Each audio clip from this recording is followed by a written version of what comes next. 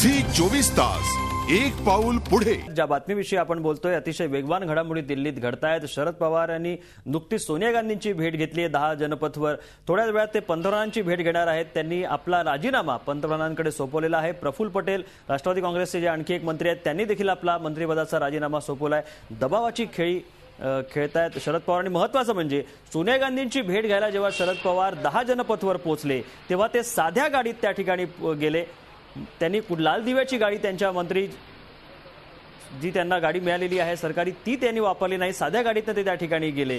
त्यामुळे आता ही चर्चा आणखी वळण घेऊ लागली आहे। दीपक भातुसे आपल्या सोबत आहेत आमचे प्रतिनिधी, त्यांच्याशी आपण या संदर्भात बोलूया। काँग्रेसकडून साधारणतः पवारांची समजूत काढण्याचा प्रयत्न सुरू असं दिसतंय, कारण आपल्याला जी सूत्रांकडून माहिती मिळाली तर काल सुद्धा पवार जेव्हा ते बैठकीला आले नाही आणि त्यांनी राजीनामा देण्याची तयारी दर्शवली होती, इशारा दिला होता, तेव्हा सुद्धा पंतप्रधानांनी पवारांशी दूरध्वनीवरून चर्चा केल्याची माहिती आपल्याला मिळाली होती। आणि आज स्वतः सोनिया गांधींनी पवारांना 10 जनपथवर बोलवून घेतलं। पंतप्रधान त्यांना भेटणार आहेत। तर या सगळ्या घडामोडी लक्षात घेता काँग्रेसकडनं आता पवारांची नाराजी दूर करण्याचा प्रयत्न दिसतोय, परंतु पवारांची आता काय भूमिका असणार आहे? कारण ज्या पद्धतीने पवारांची नाराजी गेल्या काही दिवसात वाढत गेली आहे, घटक पक्षांना युपीए योग्य स्थान देत नाही, महत्वाचं स्थान देत नाही। घटक पक्षातील जे नेते आहेत, मंत्री आहेत, त्यांना मानाचं जे स्थान द्यायला हवं होतं त्यांच्या ज्येष्ठतेनुसार ते स्थान काँग्रेसकडनं दिलं जात नाही अशी पवारांची नाराजी आहे। आणि यापूर्वी सुद्धा पवारांनी ही नाराजी बोलून दाखवली होती आणि आता ती कृतीतून त्यांनी करून दाखवली। पहिल्यांदा त्यांनी काँग्रेसला झटका दिला तो हमीद अन्सारी यांचा उपराष्ट्रपती पदाचा जो अर्ज भरायचा होता त्या बैठकीला पवार गैरहजर राहिले। आणि त्याच्यानंतर काल जी मंत्रिमंडळाची बैठक झाली त्या मंत्रिमंडळाच्या बैठकीवर बहिष्कार टाकून प्रफुल्ल पटेलांनी मंत्रिमंडळ उपस्थित झाल्याचं टाळलं। आणि आता पवारांनी पंतप्रधानांकडे आपला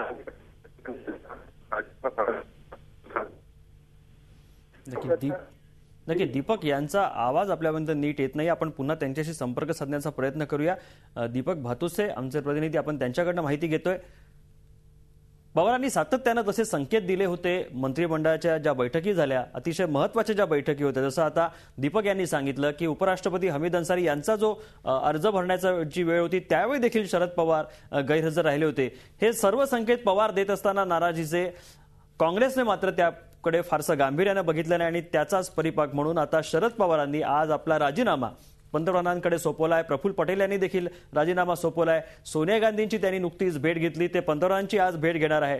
त्यामुळे आज आता काँग्रेसकडनं त्यांची बंधरणी करण्यासाठी, त्यांची समजूत घालण्यासाठी काय प्रयत्न होत आहेत तेही पाहणं महत्त्वाचं ठरणार आहे। झी 24 तास एक पाऊल पुढे।